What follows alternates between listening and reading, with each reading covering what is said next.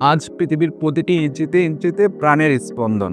সবুজ গাছপালা, জলচর প্রাণী, স্থলচর স্তন্যপায়ী, অদৃশ্য অণুজীব, সব মিলিয়ে এই গ্রহটি এক অপূর্ব জীবনের আবাসস্থল।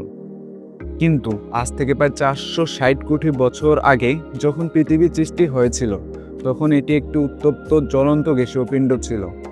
তার উষ্ণতা ছিল প্রায় 4000 ডিগ্রি সেলসিয়াস।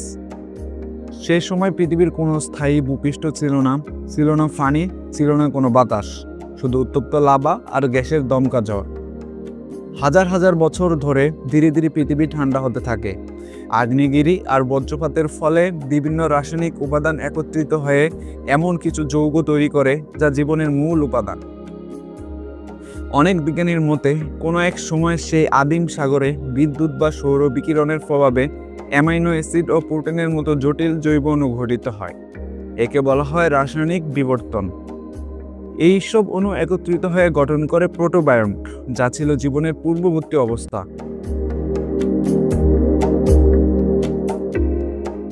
এরপর কোটি কোটি বছর ধরে পরিবেশের সঙ্গে খাপ খাইয়ে নেওয়া ও বিবর্তনের মাধ্যমে ধীরে ধীরে গঠন হয় এককোষী জীব, পৃথিবীর প্রথম প্রাণ। সেখান থেকে শুরু হয় জীবনের দীর্ঘ অভিযাত্রা।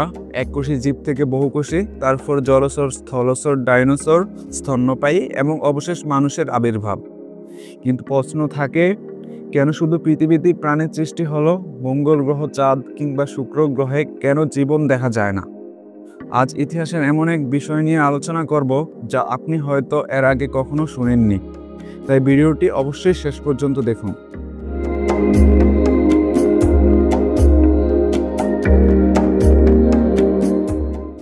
প্রথমত, প্রাণের জন্য দরকার তরল অবস্থায় জল। পৃথিবী সূর্য থেকে এমন দূরত্বে অবস্থিত যেখানে জল তরল অবস্থায় থাকতে পারে। একে বলা হয় গোল্ড আইকোজ জোন, অর্থাৎ এমন একটি আরামদায়ক অঞ্চল যা জীবনের জন্য উপযুক্ত। এছাড়া পৃথিবীর বায়ুমণ্ডলে আছে অক্সিজেন, নাইট্রোজেন, ওজোন স্তর, যা সূর্যের ক্ষতিকর রশ্মি থেকে আমাদের রক্ষা করে এবং জীবনের বিকাশে সহায়তা করে। মঙ্গল গ্রহে যেমন এখন খুবই ঠান্ডা ও শুষ্ক পরিবেশ, সেখানে বায়ুমণ্ডলও খুব পাতলা, তাই প্রাণ টিকে থাকা কঠিন। চাঁদে তো একদমই বায়ুমণ্ডল নেই, পানি বা উপযুক্ত তাপমাত্রা, তাই এইসব জায়গায় প্রাণ গঠনের উপযুক্ত পরিবেশ তৈরি হয়নি।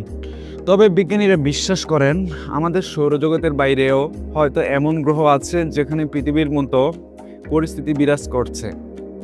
তাই একদিন হয়তো আমরা এমন একটি গ্রহের সন্ধান পাব যেখানে প্রাণের অস্তিত্ব রয়েছে বা ছিল। এভাবে প্রকৃতির অসীম রহস্যময়তা, সময়ের অগাধ ধৈর্য আর সৌরজগতের নিখুঁত ভারসাম্যের ফলে পৃথিবীতে প্রাণের সঞ্চার হয়েছে। এক সময়কার উত্তপ্ত নির্জীব পৃথিবী এখন পরিণত হয়েছে এক নীল সবুজ প্রাণময় গ্রহে, যে গ্রহে ফুল ফুটে, পাখি গান গায়, মানুষ চিন্তা করে, ভালোবাসে। এ যেন প্রকৃতির এক অলৌকিক কাব্য, যেখানে প্রতিটি প্রাণ, প্রতিটি নিঃশ্বাস এক বিশাল সৃষ্টির রহস্যের জীবন্ত প্রমাণ।